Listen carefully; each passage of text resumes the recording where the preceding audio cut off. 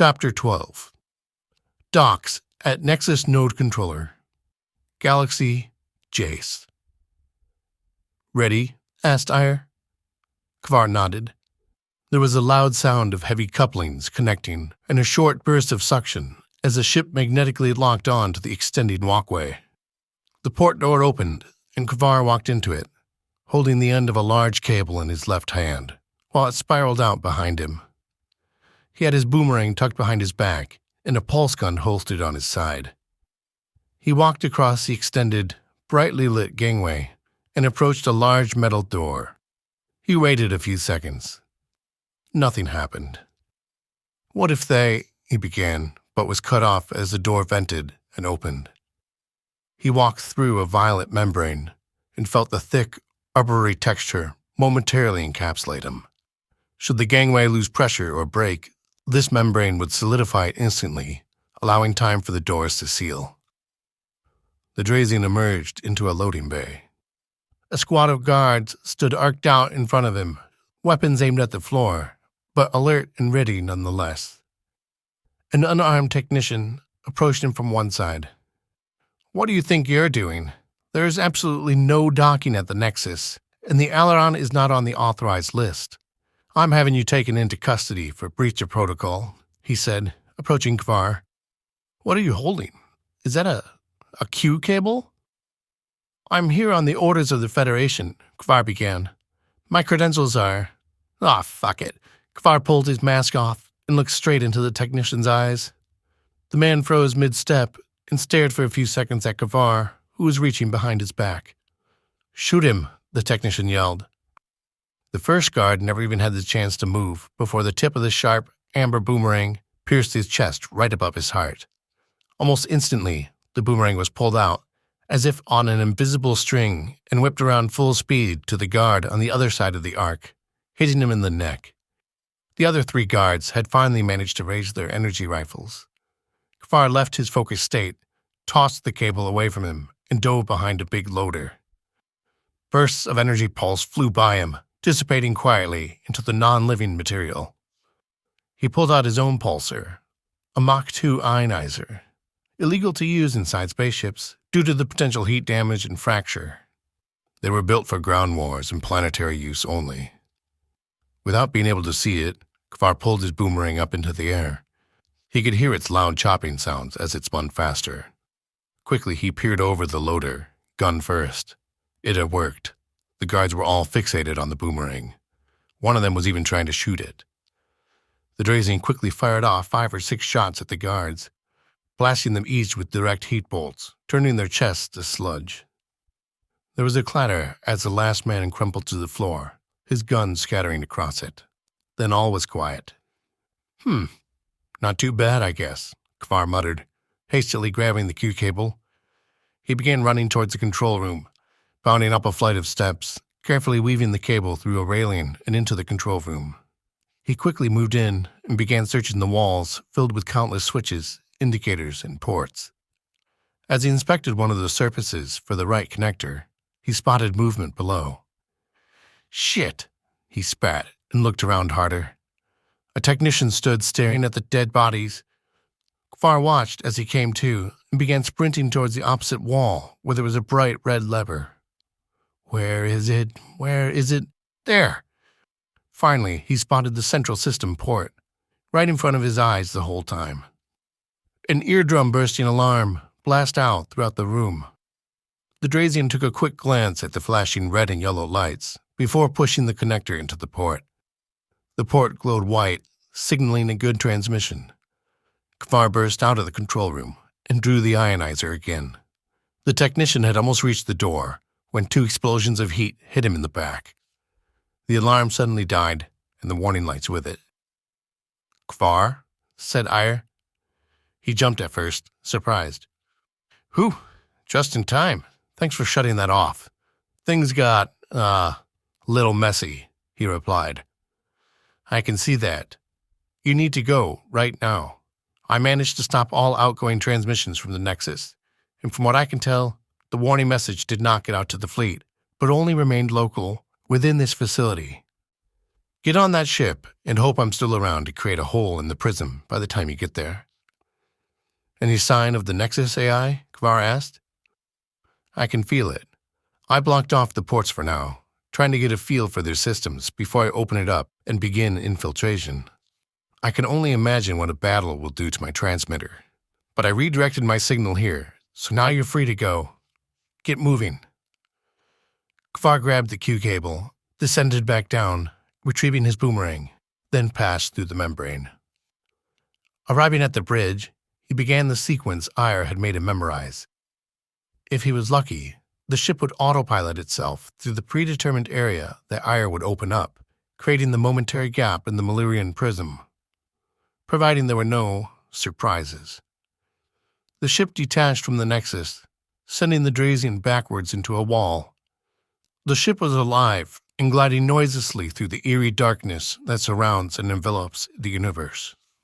This old hunk of metal was going to have to sneak past a fleet of Federation warships, pass through a temporary hole in the prism, then on top of it, get by the Sirak Imperial fleet, who soared about, watching and waiting for the Federation to make a move. Even if they didn't toast his ship as soon as it crossed the border, how would they receive him, a Drazian? Kvar smiled. "Let's hope they believe in the old saying, 'The enemy of my enemy is my friend.'" He approached the nose of the bridge and looked out through the windows at the vast ocean of emptiness before him. The ship would clip into the battle lines, where it would then begin mimicking customary trade patterns and protocols in hope of producing what would be the Aileron's natural movements. There could be no space battle. In the distance, he saw the lights of the docks, and on the other side, the Federation's military headquarters, an enormous space-based complex that held the brains and command center of the Sirak region. The energy banks charged, and he heard a faint whir as the Aileron clipped into the beam. The ship jolted as it went to full speed. He was off. "Kvar," Ire's voice broke out over the ship's intercoms. "Can you hear me?" "Loud and clear," responded Kvar. "Made any progress?" "I'm in their systems, but he is here, the Nexus Defender," she replied. "It's a powerful intelligence. He's searching all over for me, and I'm just barely avoiding his grasp." "Any luck on creating that gap in the prism?" Kvar asked, looking out into the darkness as his old cruiser crept by massive warships and the Federation fleet. So far, no one seemed to take any notice of him. "I can't get close to the prism controls. He has a stronger power source. My transmitter will fry if I try to brute force my way in. I'm looking for a workaround." Kvar looked at the readout on its display. 5 minutes till impact with the prism. "Kvar," she called out. "Yeah?" "Are you scared?" "Of?" "Crashing into the prism and obliterating yourself?" "That would mean you failing," he laughed. "You're a Ray Lord. I have faith." Ire scoffed. "You're a fool. A hole in the prism? What were we thinking?" Kvar shrugged. "I'm not afraid of death. I spent all my life either training with Drasis to become something great or on the run. Now Drasis is dead, most everyone in the universe is willing to kill or turn me in, and the Relg have been on my ass for God knows how long. I can't say it's been too much fun. I don't even know what I'm supposed to do. My life was spent training, but to be what? I don't know what my purpose is.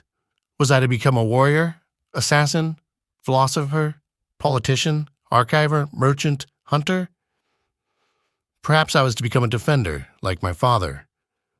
Drasis taught me so many things, but never what I was supposed to do. Drasis only ever gave his students the tools and knowledge needed to accomplish anything and everything single-handedly. That's why the Council fought so hard against him. They wanted him to include the Drazian doctrine, have his students serve for the betterment of the planet. Drasis didn't want any of that. He wanted to create individuals whose will and mind alone could defeat entire ideologies, change the path of the universe forever, not bow to the commands and desires of the Council, nor warmongers, nor pacifists. Ire took a breath, then continued with a harsher tone. It is often talked about how we Drazians have the freedom of choice, that we were our own people. But that's bullshit. Most everyone on the planet received a standard education, watched one of the few controlled broadcasts or popular shows, followed one political party or the other, as if either side actually brought about real changes. I swear, in order for a civilization to survive and adapt, it must be torn apart every so many years. A peaceful nation that never falls will die out. Unfortunately, ours completely died out. It's a tough thing, I suppose, Kvar said, knowing when and who needs to do the destruction. Aya replied after a few moments. I fought the council, had an entire program designed to completely reform the Drazian educational system, to teach true individualism. Drassis's experiments were factual results I used to prove the concept. Kvar listened intently. Yeah? And what happened? I don't remember any reforms going through. But then again, I was pretty isolated from society. Did you know that after the age of 5, I never again connected with another Drazian outside of the call until I was 16? Then we began taking excursions to society, where we would watch and observe. It was a class. He taught us how to spot and understand different types of people, how they interacted with others, what sort of mentality they had, how they would try to assert their influence and power over others. After that, I never saw people the same again. But back to your reforms. What happened when you went to the council? Of course they rejected it. The council was afraid of true change, of rogues they could not control. Really, they were afraid of training citizens capable of realizing how useless the council members were, she said. Oh, a bit of luck. I finally found the right area for the prism controls. God. They even sent that veneer after me, those fuckers, she continued the previous conversation. Kvar looked surprised. Wait, the council sent the veneer after you? Iyer laughed. There was no proof, but looking back on it, I am certain of it. They sent one after Drassus, too, long ago, back when he began building the call. Some of the council realized its potential and grew afraid. Fear and cowardice destroys so much. What happened to that veneer? Drassus kill it? Actually, it's quite an interesting story, but you'll have to wait for another time. Oh shit, you're right. We only have a minute left till impact. Please tell me you've made some progress. Well, I haven't been able to get into the shield controls yet, but I do have an emergency idea. Not sure if it's going to work, but oh fuck. Miro's here. Miro? Who the fuck is that? The defensive intelligence, it's... Iyer's voice broke off, and the intercoms went silent. Kvar looked out into the dead space in front of him. There were no more ships, and all he saw were a few of the prism's routing pylons, extending across the blackness. Well, shit, Kvar said aloud, watching the timer tick below 30 seconds. If I die today, like this, then it was all for naught. Sirac warship, the Daegrum. The face of Holland, a young, prematurely drafted soldier, rested on his fists as he stared at the radar screen in front of him. A bright orange curve cut across the screen as energy was reflected off the otherwise invisible prism. He checked his peripherals, then let his eyelids drop. A dull tone sounded from a small speaker near him. At first, Holland thought it was part of a dreamlike state, but just in case, decided to prop an eye open and take a look. A few seconds passed. Suddenly, Holland straightened in his seat. As he magnified the display, his mouth dropped. Finally, he snapped to. Sir, it appears a ship has crossed over the prism boundaries. The ship's commander, Raton, approached the boy. What? Impossible. What do the sensors show? Shields are still up, but... Holland stopped. But what? I don't know. There's something weird going on with our transmissions and ship sensors. It seems like our data's being jammed or manipulated or something. Something is not right. These transmission patterns and settings are not quite in sync. The commander eyed the displays. Are you sure?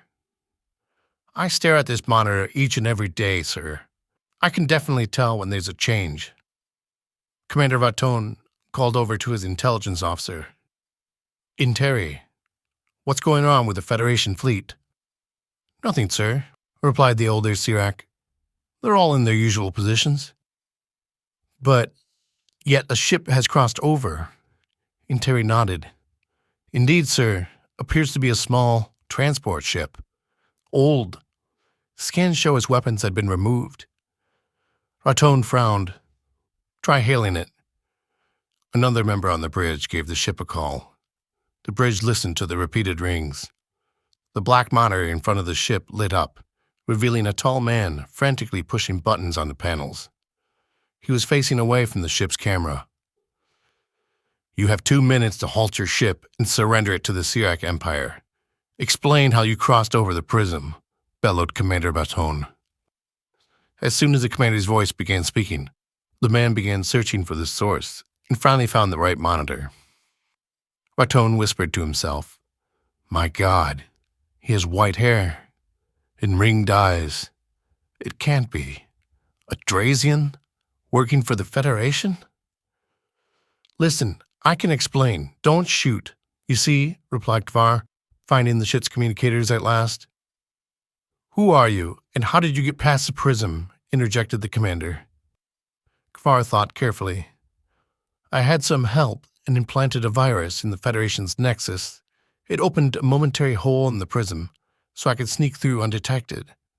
I had an AI system helping me. It looped the shield status transmission to all Federation warships, so they would have no idea. A loop, burst in Halon. That's what it is. Our systems are being looped. Baton quickly glanced over at the radar operator, then back to Kavar. Who are you? I am a Drazian, one of the last of my kind. The crew murmured, and a few eyes went wide. Baton pondered for a few seconds. And what is it exactly that you plan on doing? You have already looped our systems. Perhaps you work for the Federation. Who knows? We aren't in tune with what happens outside the prism. I think it is much more probable that they let you in. A spy or a saboteur come to kill the factor, perhaps. You really expect us to believe you, one man, in a program, managed to create a hole in the Malirian prism? Stop your ship immediately and surrender yourself. We are coming aboard. Interi broke the silence. Is it just me, or does it seem like he's never been on a spaceship before? I mean, he was messing with the ship's heating and cooling systems when the monitor feed went live. The commander looked over and smiled. We shall see. Prepare a boarding party. Sirak warship. Daor.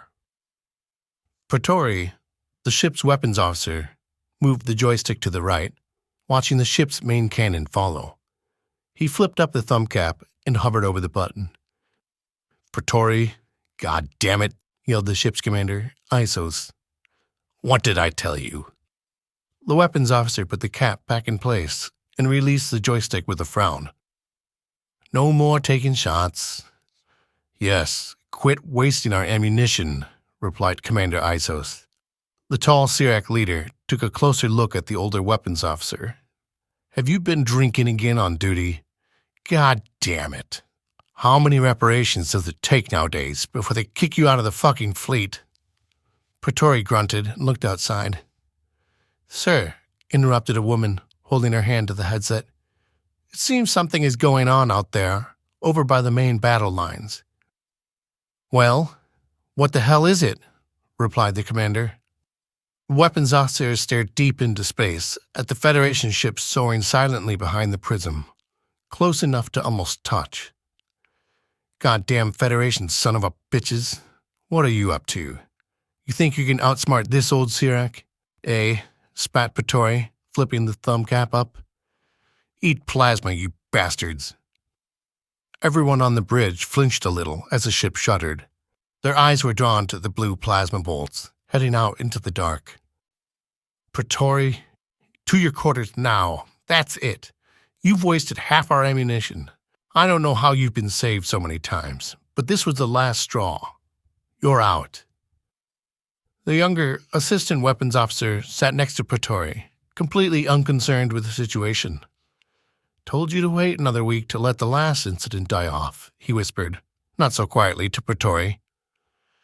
5, 4, 3, 2, 1, and impact. The assistant snapped his fingers, but the explosion he expected to see as the bolts crashed into the energy wall did not come. A few of the crew, who had stopped watching and returned to the normal task, noticed the silence spreading throughout the ship and looked up. What the commander said. Is the prism up? Yes, sir. No change that I can detect, replied the radar operator. The tiny blue bursts exploded as they crashed against the Federation ship. Fire and silver fragments spewed outwards into space. Holy fuck, exclaimed the commander. Praetori curled a smile. Sir, direct hit, announced the ship's damage assessor. It appears to have struck the communications sector. The commander looked over his crew with wide eyes. Get me headquarters, now. The diagram. Commander Raton jammed a cell into his weapon, a small, ship-safe plasma gun. He was joined by a crew of about 6 soldiers. Triasians can be tricky characters, from what I hear. Take extreme caution not to kill him. If what he says is true, we may be able to open holes in the prism and change the tides of the war, advised the commander to his boarding crew. First, you need to check, the intercom interrupted the commander. Sir, get to the bridge immediately, burst the voice. The commander pressed a spot on his uniform. Is it urgent? We're about to board. Sir, the voice cut back in, without waiting for him to finish. It's the factor. Let the Drazian pass. He is no longer the highest priority. The soldiers exchanged a glance and watched as the commander disappeared from sight, faster than they could register. The factor's face was displayed on a large screen as Commander Raton entered the bridge. The fleet-wide broadcast had already begun. This day, multiple incidents have occurred, suggesting the prism is functioning abnormally. First, our visual observatory reported a large burst of radiation originating from the Nexus, followed by some noted structural changes in the facility. Shortly thereafter, a ship crossed through the prism and was intercepted at our battle lines. The pilot's identity has now been confirmed as a Drazian refugee. His role in this is yet unknown and to be determined. His ship will be met by a tug, and he will be brought in for questioning. The factor took a sip of tea, thought for a few seconds, then continued. Next, the Daor, which has been known to take potshots at the prism, fired one such shot off today. But instead, it struck the Federation ship behind it, without any interference by the prism. Our signals intelligence centers reported that all at once, at a time correlating to the radiation burst on the Nexus, that all Federation communications are suddenly being received, for the first time since the prism went up. A quick analysis revealed ordinary conversations, unaware of any problems with the prism or Nexus. So while we have no idea what is going on, this may be a tremendous opportunity. Time and surprise is of the utmost importance. The factor took a deep breath, then stood, the camera tracking on his new position. We are to launch a mass volley. The timer on the bottom of the screen is the coordinated launch time, 2 minutes. Weapons officers and targeteers, begin planning strikes based on the prioritized target list for your sector. There was a flurry as soldiers on the bridge went to work, punching in coordinates and pulling up targets. The Jast has already begun on course to cross the prism boundaries at the same time the volley is commenced. If she is successful, all ships whose shots made it past the prism boundaries are to push forward and into Federation space. From there, the battle and decisions will be made at an operational and tactical level, rather than the strategic. The overarching objective is simple: destroy the tunneler. With the tunneler gone, The Federation will be unable to resupply the battle lines, and it will take years to send ships out here conventionally. Should anyone make it past the prism, this is your goal. The Factor looked down at the war timer. 30 seconds. I will distract you all no further. Go now. Fight for Sirac, he ordered, as his video feed cut out. Commander Raton looked at his crew and smiled. Are we ready to fire? We are, sir. Currently, we are only set up for a 4-round volley. We have picked 2 target ships based on the priority list. Excellent, replied the commander, eyes focused on the timer. 3, 2, 1, fire. Federation warship, the Grand Ambassador. A short stub of a man tossed a pair of dice into a small board. Doubles, he chuckled. Told you, Rico. Never bet me on a full moon, he said, sweeping up a pile of credits.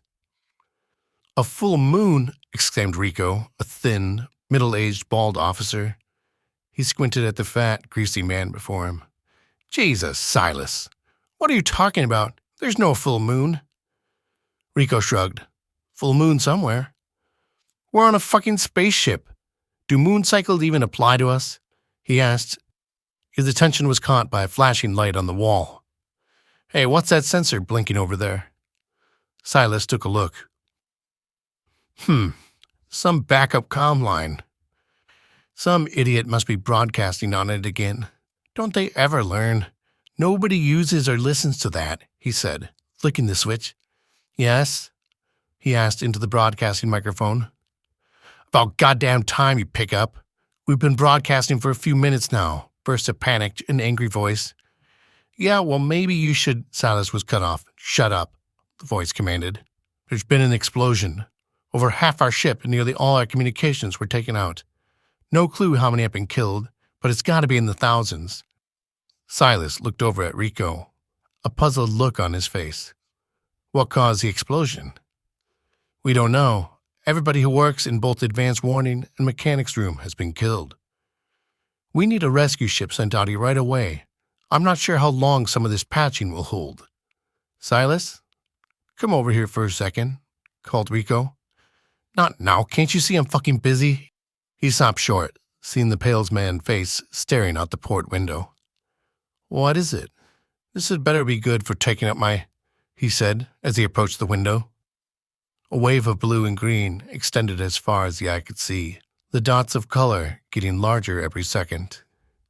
Oh, said Silas, as a green burst separated from the wave and grew wide in the fat man's shimmering eyes.